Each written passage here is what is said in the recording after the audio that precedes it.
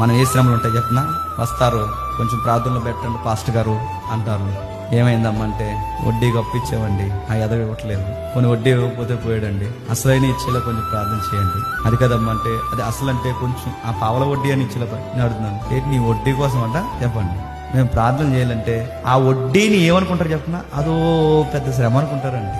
ఆ శ్రమ సేవ నిమిత్తం వచ్చిందా? ఆ శ్రమ నీ లేనిపోని నీ సంతోషాలకు పోయి నువ్వు అప్పులు చేసుకుంటే వచ్చిందా? ఇది సేవ నిమిత్తం వచ్చిన శ్రమగా మీరు శ్రమలు చెక్ చేసుకోండి. నీ స్వయంకృత అపరాధాల వల్ల నీకు శ్రమ వస్తే నీకు అతిశయం ఉండదు. అదే సేవ నిమిత్తం, ప్రభువు నిమిత్తం, సహవాస నిమిత్తం నీకు శ్రమ వస్తే ఆ శ్రమ నీకు ఎలా ఉంటుందో తెలుసా? ఎక్కడో తెలియని సంత.